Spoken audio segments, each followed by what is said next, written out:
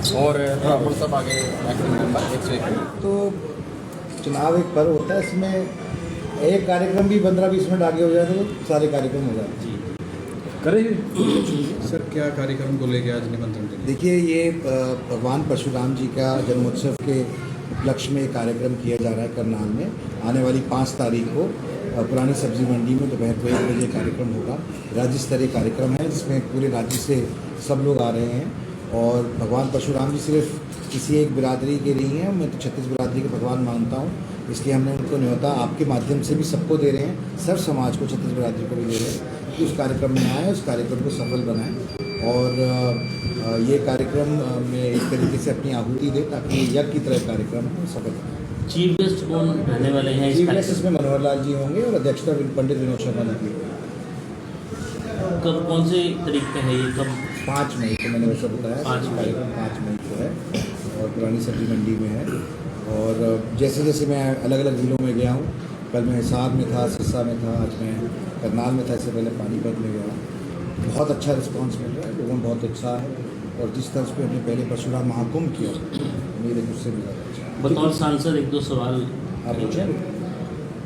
आपके साथ में जिला प्रधान बैठे हैं सर्व ब्राह्मण समाज के। इन्होंने अभी 2-3 महीने में ही 3-4 प्रेस कॉन्फ्रेंस करके ये क्लियर करा कि बीजेपी ने या कांग्रेस ब्राह्मण समाज को अगर टिकट नहीं देती तो बीजेपी का, कांग्रेस का ये विरोध करेंगे। और आपने अब पूर्व मुख्यमंत्री मनोहर लाल को आपने चीफ गेस्ट बनाया, तो इसमें कहाँ देखते हैं आप इस चीज़ को? देखिए, मेरे को आपका सवाल में थोड़ा विरोधाभास लग रहा है, क्योंकि आपका सवाल विरोधाभास है। ना तो कांग्रेस ने टिकट दी, ना ही बीजेपी ने, तो फिर किसको जाके वोट करें? मैं वही पूछ रहा हूँ। मैं आपसे उन्होंने कहा विरोध करेंगे हम खुल के। आपसे पूछ रहा हूँ ना इस बात में, किसको वोट देंगे? कांग्रेस ने भी नहीं दी, बीजेपी ने भी दी, किसको दी? बात ये नहीं है, बात है कि ये देश का चुनाव है। आपने अपनी बात कह ली, मैं अपना जवाब दे दिया। देश का चुनाव, हमारे को देश का प्रधानमंत्री चुनना है और देश का प्रधानमंत्री नरेंद्र मोदी पिछले 10 साल से बहुत ही अच्छा काम किया है और देश को एक अलग आयाम पर ले जाने का उन्होंने काम किया। और हम अपना सांसद चुनते इसलिए हैं कि सांसद आगे प्रधानमंत्री चुनता है देश। तो जनता को फैसला करना है कि अगला प्रधानमंत्री कौन होगा। मुझे तो नहीं पता कि विपक्ष की तरफ से प्रधानमंत्री का चेहरा कौन है। अगर आपको पता है तो आप ज़रूर अवगत कराइए हमारे को। पर मुझे ये पता है कि देश ने अपना मन बना लिया है और अपना अगला प्रधानमंत्री नरेंद्र मोदी के रूप में ही तीसरी बार चाहता है। भारतीय जनता पार्टी सर 10 की 10 सीटों का दावा कर रही है, कांग्रेस भी बोले कि 9 सीटें उनकी है और एक वो गठबंधन में लेके वो भी जीतेंगे। देखिए, लोकतंत्र के अंदर ये हमारे यहाँ जब चुनाव होते हैं पर्व की तरह मनाए जाते हैं। 5 साल में एक बार आते हैं और 5 साल के बाद जब ये चुनाव आते हैं तो जो सरकार में होते हैं वो अपना लेखा जोखा लेके लोगों के बीच में जाते हैं कि उन्होंने क्या किया है लोगों को। लोग अगर उससे सहमत हैं तो उनको वोट देते हैं, असहमत है तो वोट नहीं देते हैं। वहीं ऑपोजिशन पार्टी अपना मैनिफेस्टो लेके लोगों के बीच में जाती है कि वो क्या करेंगे अगर वो आए हैं, अगर उनको ताकत में लाया जाएगा। तो बात बड़ी स्पष्ट सी है, नरेंद्र मोदी के 10 साल के कार्यकाल के बेसिस के ऊपर लोग वोट देंगे।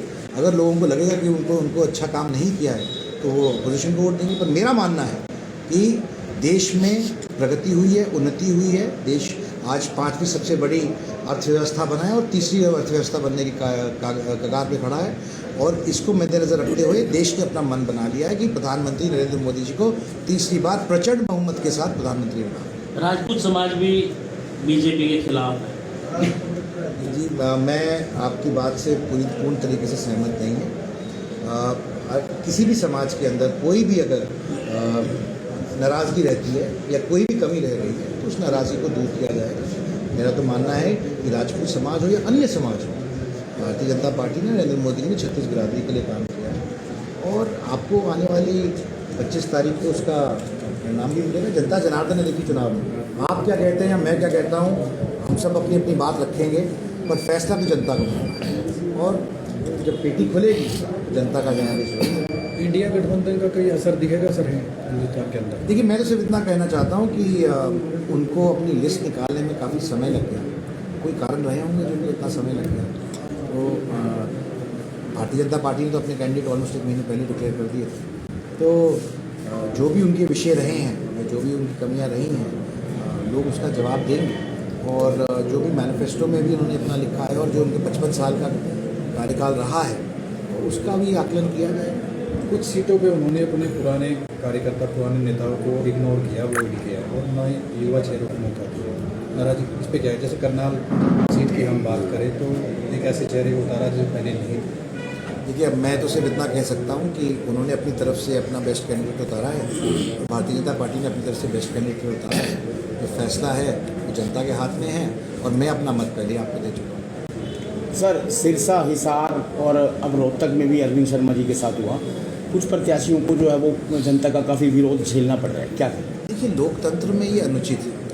हर आदमी को अधिकार है अपनी बात रखने का। लोग उससे सहमत हों असहमत हों, वो उनका मौलिक अधिकार है। उससे मैं उनको वंचित नहीं कर सकते, हम कोई वंचित नहीं कर सकते, लेकिन हर बात को अपनी बात रखने का हक है हर व्यक्ति को। मुझे याद है जब मेरा राज्यसभा चुनाव हो रहा था तो एक कैंडिडेट के तौर पर मैं भी अपनी बात सबके सामने समक्ष तौर पर रखना चाहता था। मैं कैंडिडेट हूँ, मुझे अपना एजेंडा रखना है, मैं अपने प्रदेश के लिए क्या करूँगा, अपने लोगों के लिए क्या करूँगा, ये मेरा मौलिक अधिकार है। लेकिन उनमें से कई विधायक उस वक्त वहाँ थे ही नहीं, वो राज्य के बाहर थे और वो छत्तीसगढ़ में थे। मैं उन तक नहीं पहुँच पाया तो मैंने मीडिया के माध्यम से उनको अपील की थी और शायद उस अपील की वजह से ही उनके कई लोगों ने मेरे को वोट दी। सर, तो मैं ये कहना चाहता हूँ कि ये तो हमारा मौलिक अधिकार है हर व्यक्ति का जो चुनाव लड़ रहा है, चाहे वो विपक्ष का हो या पक्ष का हो, कि वो अपनी बात रखे और जनता तक अपनी बात पहुँचाए। जनता को पूरा अधिकार है अपना रोष दिखाने का या गुस्सा दिखाने का, वो अपना वोट देके दिखाएंगे गुस्सा। अगर सर को इस बात से बिश्नोई की नाराज़गी पर क्या कहेंगे? देखिए, बड़ा परिवार है, अगर किसी को कोई सी बात से कोई नाराज़गी अगर हो तो वो दूर हो जाती है। जैसे हम बड़े परिवार में होते हैं, परिवार में बातचीत करके हर चीज़ का साथ निकल जाता है, उसमें कोई बड़ी बात नहीं है। मुझे लगता है वो जल्दी आप उनको अपने बीच में पाएंगे। सर, हर आदमी को अपनी बात कहने का अधिकार है, लेकिन कुरुक्षेत्र के अंदर जब आम आदमी पार्टी के जो जा रहे थे उनके ऊपर जो पुलिस ने बर्बरतापूर्वक व्यवहार किया, तो उसके बारे में क्या कहेंगे? देखिए, मेरे पास कोई स्पेसिफिक जानकारी नहीं है इस विषय की, लेकिन जैसे मैंने कहा हर आदमी को अपनी बात रखने का अधिकार है, तो उनको भी है और सबको होना भी चाहिए। मैं तो खुद एक मीडिया के माध्यम से आता हूँ और मैं मानता हूँ कि बात रखने का अधिकार तो हमारा मूलभूत अधिकार है, इसमें तो कोई दो संशय की बात तो कहीं ना कहीं अधिकारों का हनन हुआ है पुलिस के द्वारा जो लाठीचार्ज किया? मेरे पास जानकारी नहीं है इस विषय की। जैसे मैंने पहले कहा, मैं पुनः वो बात दोहरा रहा हूँ, लेकिन हर आदमी को अपनी बात रखनी चाहिए और रखने का अधिकार। हरियाणा के सभी जिलों में जाके न्योता दे रहे हैं? जी बिल्कुल, मैं अभी तक लगभग 9 जिलों में जा चुका हूँ और बाकी जिलों में भी जाऊँगा, और मैं आपके माध्यम से भी सबको इस बात का न्योता देना चाहता हूँ कि भगवान परशुराम जी के इस कार्यक्रम में आएँ और शिरकत करें और इसको हिस्सा बने, इसको सफल और सक्षम बनाने में। चुनाव के लिए ड्यूटी कहाँ लगी है कार्तिकेय शर्मा की? जी देखिए, मैं तो इंडिपेंडेंट सांसद हूँ, मैं तो अपनी ड्यूटी अपने हिसाब से ही चलता हूँ और मैं जो उचित लगता है वो करता हूँ। मैं आपके बीच में आया हूँ और मैंने अपनी बात रखी है और सशक्त सक्षम तरीके से रखी है और रखूँगा। आप इसको समझ लीजिए कि एक तरीके से मेरे पे वो अंकुश नहीं है जो बाकियों में। लेकिन प्रचार बीजेपी का करेंगे? मैं प्रचार बीजेपी का कर रहा हूँ इसलिए नहीं क्योंकि मुझे प्रचार बीजेपी का करना है, मैं इसलिए कर रहा हूँ कि मेरे मूल रूप से इस बात में विश्वास है कि नरेंद्र मोदी जी देश के लिए तीसरी बार उनका आना बहुत ज़रूरी है, ताकि हमारा देश, देखिए वो क्या बात कर रहे हैं, बात कर रहे हैं विकसित भारत। पिछले 75 साल में किसी भी प्रधानमंत्री ने विकसित भारत की बात नहीं की। एक विजन लेके चल रहे हैं कि हम अगले 25 साल में कहाँ पहुँचे। एक विजन लेके चल रहे हैं कि हम अपने गरीबी रेखा से नीचे रहने वाले व्यक्तियों को निकाल के सक्षम बनाएंगे, सशक्त बनाएंगे। तो मैं उस विजन के साथ हूँ, मैं भारत के साथ हूँ, मैं भारत की प्रगति के साथ हूँ और मुझे लगता है कि ये भारत का चुनाव है, किसी और व्यक्ति का नहीं है। मैं देश के प्रधानमंत्री को चुन रहा हूँ। तो जैसे मैंने कहा कि ऑपोजिशन पार्टीज़ को किसी का चेहरा अभी तक ना उन पर फैसला हो पाया है, ना लेके आ पाए हैं, और मैं मानता हूँ कि देश में पिछले 10 साल में अच्छा काम हुआ और आने वाले 5 साल में भी वो काम चलता रहे, इसलिए नरेंद्र मोदी जी को तीसरी बार चुना। ठीक है सर। रामरतन जी, एक सवाल रामरतन जी आपसे।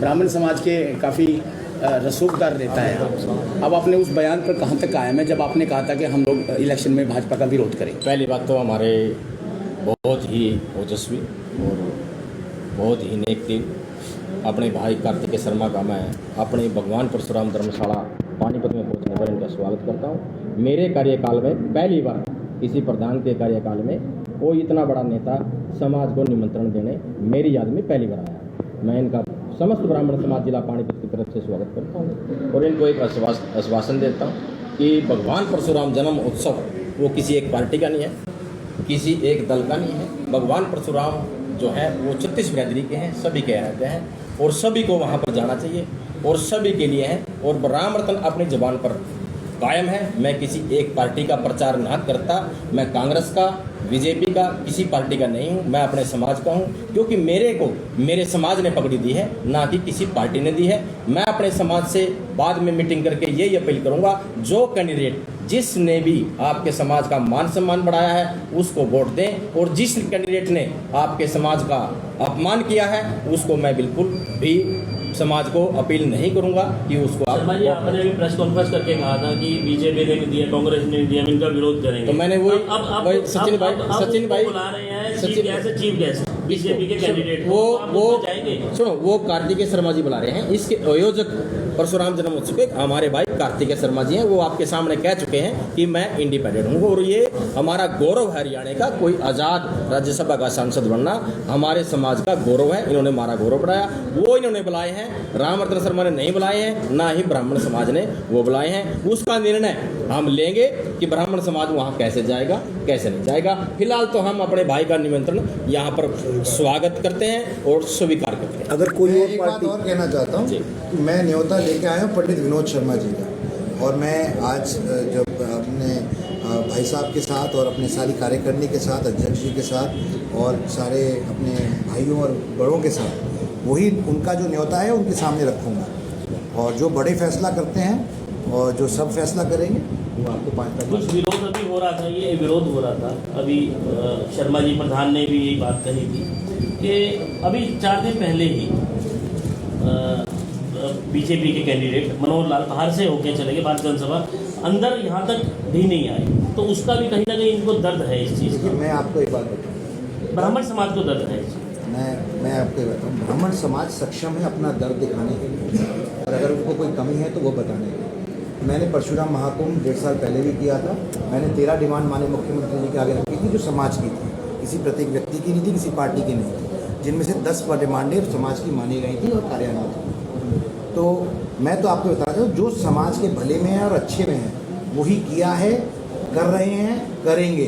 पंडित विनोद शर्मा जी को किसी इंट्रोडक्शन की जरूरत नहीं है, उन्होंने जो समाज के लिए किया है तो सबको पता है। जो बात आप किसी के भी से कहलवाना मुख से चाहते हैं वो आप सफल नहीं होंगे, क्योंकि जो मीडिया का आप काम आप कर रहे हैं मुझे करते हो 28 साल हो गए। 25 साल मुझे भी हो गए, 3 साल ज़्यादा हुआ। कोई बात नहीं। तो मैं आपसे बताना चाहता हूँ कि वो उसमें आप असफल रहेंगे, क्योंकि जो ब्राह्मण समाज है वो सशक्त भी है और सक्षम भी है और सजग भी है, और वो जो उसको कहना है वो सही पटल पे सही समय पे सही बात कहेगा। मतलब आपके पूछने से वो अतिरिक्त बात नहीं वोट करेगा। की चोट भी दे सकता है ब्राह्मण समाज। आपको जो समझना है समझिए।